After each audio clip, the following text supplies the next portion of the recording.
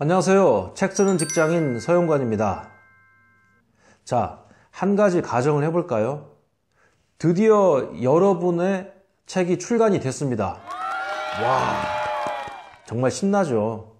기분이 어떠실 것 같아요? 내 책이 탁 출간이 됐다. 정말 기분 좋습니다. 무엇보다도 좀 폼나죠? 드디어 작가가 됐잖아요. 그리고 온라인상에서 이렇게 컴퓨터에 이렇게 막 검색을 합니다. 막 이름이 뜨고, 내 책에 대한 어떤 소개가 탁 뜨고, 블로거들이 내 책을 보고 또 책에 대해서 포스팅을 해놓은 경우도 있고, 신기한 경험이죠. 그리고 또 오프라인 서점에 가보면 내 책이 거기 너무 이쁘게 다 이렇게 또 진열이 돼 있습니다. 얼마나 기분 좋겠어요. 정말 얼마나 폼나겠어요. 멋지죠. 그런데 과연 이 책 한 권 쓰는 작업이 녹록한 작업인가? 저는 아니라고 봐요. 육체적인 고단함도 있지만 무엇보다도 이 정신노동, 정신적인 그 고단함이 정말 말할 수 없을 정도로 힘듭니다. 그렇기 때문에 우리가 좀 이 멘탈을 좀 단단하게 이렇게 탁 다져야지만 책을 쓸 수가 있어요. 그런 이유로 왜 우리가 책을 써야만 하는지, 왜 내가 지금 책을 쓰는지, 거기에 대한 가장 본질적인 그런 문제를 우리는 미리 딱 정해놓고 들어가야 됩니다.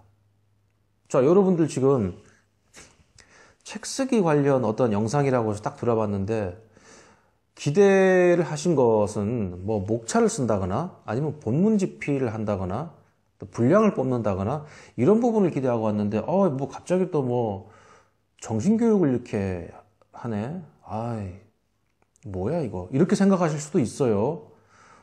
그리고 채널이 막 돌아갈 수도 있고 갑자기 보시다가 에이 이거 별거 아니네. 이거 딴 데로 그냥 꺼버릴 수도 있지만 그래도 제가 강조해서 멘탈적인 부분을 가장 먼저 말씀드리는 것은 정말 이것이야말로 우리가 딱 고지를 점할 수 있는 끝까지 가서 책을 쓸 수 있는 가장 첫 번째 단계이기 때문에 그렇습니다. 왜 책을 쓰는가에 대한 본질적인 이유를 정해놓지 않으면요. 자, 예를 들면 이런 게 있어요. 그냥 뭐 책을 씁니다. 자, 나는 이제 내 이름으로 된 책 한 권을 꼭 내야지. 그리고 막 책을 씁니다. 시간이 지나죠. 고단합니다. 힘듭니다. 슬럼프에 빠지게 됩니다. 그때 한번 생각을 하게 돼요.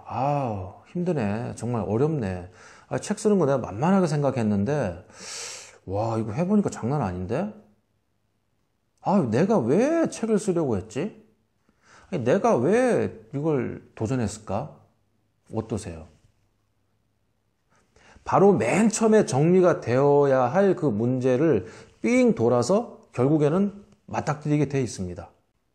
그렇기 때문에 왜 내가 책을 쓰려고 하는지, 내가 책 쓰는 정말 진정한 이유는 무엇인지가 딱 정리가 되어 있어야지만 비로소 그 시점부터 책 쓰기가 스타트가 되는 겁니다. 그때부터 달려가는 거예요. 힘들고 어렵고 슬럼프에 빠졌을 때 그때 나를 일으켜 세워서 끝까지 끌고 갈 수 있게끔 해주는 힘이 바로 이런 정확하게 정해진 어떠한 그 목적이나 목표의식이에요. 그래야지만 내가 원하는 그런 목표를 이룰 수가 있어요. 비로소 작가가 될 수 있는 거죠. 한 권의 책이 인터넷에서 검색이 되고 서점에 갔을 때 내 책이 거기 딱 있게끔 할 수 있는 방법인 거죠. 가장 중요한 첫 번째 출발점입니다. 여러분들 뭐 목차 짜고요. 본문 어떻게 쓰고요. 그게 중요해요. 그거 어차피 제가 제 영상 쭉 보시다 보면 다 말씀드릴 거예요. 그런데 왜 1년에 책을 2권씩이나 출간한 아주 평범한 이런 사람이 제일 먼저 이런 얘기를 하냐. 이게 제일 중요하기 때문에 그래요. 여러분, 내가 왜 책을 쓰는지 이걸 꼭 정해 놓으셔야지만 됩니다. 자, 뭐 이런 거 있죠. 제가 이제 부동산 경매 책을 썼잖아요. 그러면 경매를 한번 예를 들어 볼게요. 부동산 경매를 할 때 맨 처음에 뭐 합니까? 물건 검색을 하죠. 그런 다음에 시세 분석을 합니다. 그 다음에 권리 분석을 하고요. 그 다음에 현장 조사를 하고, 그런 다음에 이제 입찰을 하게 되겠죠. 그리고 낙찰을 받게 되면 뭐 합니까? 잔금 납부를 하고, 인도 명령 신청을 하고, 그런 다음에 이제 등기를 옮기게 되겠죠. 등기부 이전을 하고, 그런 다음에 명도를 합니다. 그리고 사용수익 처분에 관한 권한을 가집니다. 대충 이렇게 말씀을 드려도 한 10단계가 되잖아요. 그런데 맨 처음에 제가 뭐 말씀드렸어요? 물건 검색이라고 했죠. 그러니까 이 물건 검색도 바로 좀 어떤 개념이나 목적을 갖고 하셔야 돼요. 첫 번째로, 이 물건은 내가 낙찰받아서, 단기에 그냥 바로 팔아서 수익을 볼 물건인가? 아니면 두 번째, 이 물건은 장기적으로 쭉 끌고 가면서 내가 전세나 월세로 돌려서 좀 가지고 있을 물건인가? 세 번째, 이 물건은 내가 실거주할 물건인가? 나를 비롯한 우리 가족이 들어와서 살 내 집인가? 이런 거에 대한 개념이 좀 정확하게 딱 서 있어야지만 내가 원하는 물건을 집약적으로 받을 수가 있겠죠. 그냥 이렇게 대충 보고, 야, 이게 좋아 보이는데, 이거 볼까? 이렇게 받아갖고는 낙찰 못 받아요. 책 쓰기도 마찬가지입니다. 내가 왜 책을 쓰는가?